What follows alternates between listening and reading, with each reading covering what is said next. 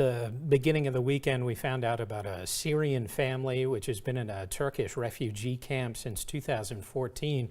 They were supposed to arrive in Cleveland on Tuesday. They were supposed to fly out on Monday. As soon as the order came down, their flight was canceled. They went back to the refugee camp.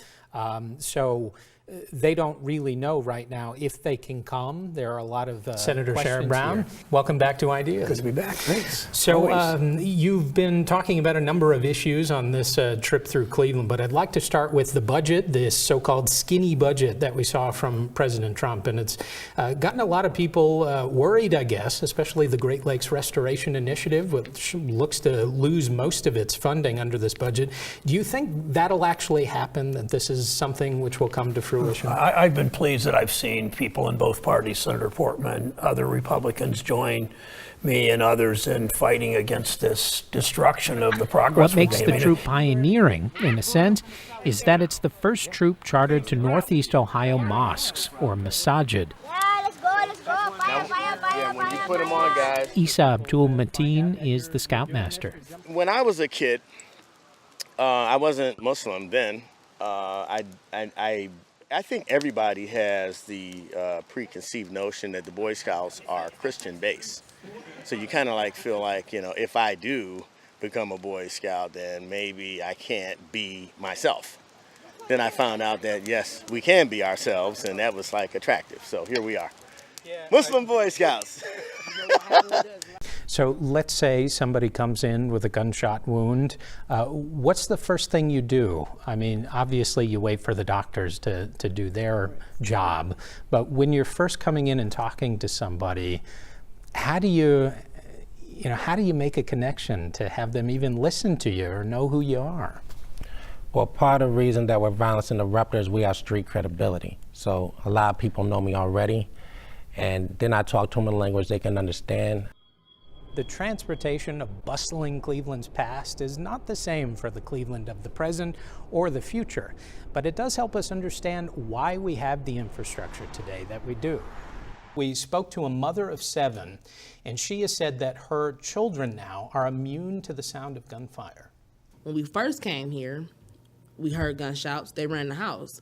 Now they hear a gunshot, I have to push them in the house. Come on, let's go. All this week, as you mentioned, we're taking a look at the issue of immigration, and we just wanted to bring together voices in a measured way with varied perspectives, authentic voices, to talk about immigration, how that debate is affecting people here in Northeast Ohio.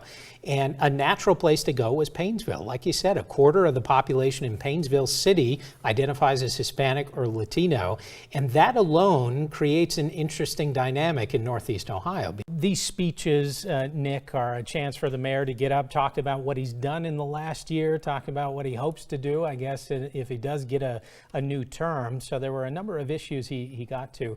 What specifically did he say about neighborhood development in this speech? Well, overall, this speech did sound pretty similar to what he said last year. So after we finish getting the vitals, we put them in the system. And Deborah Wynn is a CTA at University Hospitals, which stands for Certified Technical Assistant, like a nurse's aide. But for a long time, she owned a hair salon, and then she got a real estate license. But these jobs weren't enough. I was looking for a career just to retire in, and I found that the healthcare industry was the only field that I've seen that didn't take a downturn. There has been tremendous effort over the decades to restore the Great Lakes to a healthier status that we see now. But we're seeing in the new administration there are proposals to cut back on the Great Lakes Restoration Initiative, for example. There are proposals to cut back on what the EPA can do and the focus that the EPA has. I mean, just generally, can you talk about what impact this might have on the progress that we've seen in the Great Lakes and overall water health? Right. Well, I'm a child of the 60s and was raised with the birth of the environmental movement and watching the rivers on fire and all that. We've made so much progress. Fukuzawa says Japanese people tend to like to maintain certain elements of Japanese life while abroad to be more comfortable. This is a bowl of sake. Shops carrying a certain kind of sake or restaurants offering specialty authentic dishes provide that comfort. Is that you we're gonna eat this and then drink this. So have that's just, some dried squid, drink some sake, you're good to go. good to go. Okay. Japanese culture here goes beyond grocery stores and restaurants, though.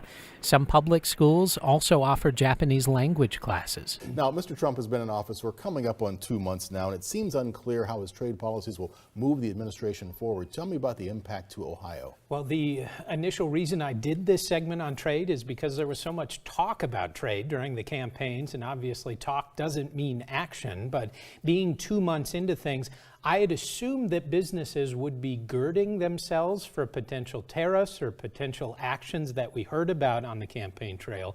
But in talking to David Silk, he says companies aren't really doing much of anything yet. One reason is because we don't have any details of potential actions which could happen, so they can't do anything if they don't know what's going to happen. There have been a number of contradictory statements from the president-elect, but you can add a few of them up when it comes to the Middle East if you choose to, and I wonder if we choose to. You say that we're going to selectively deal with our NATO allies. We're only going to do things which directly influence our interests, very selfishly focused on America.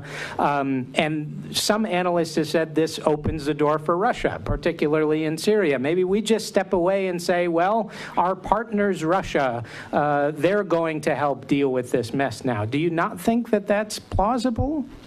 You're asking me? Yeah, absolutely.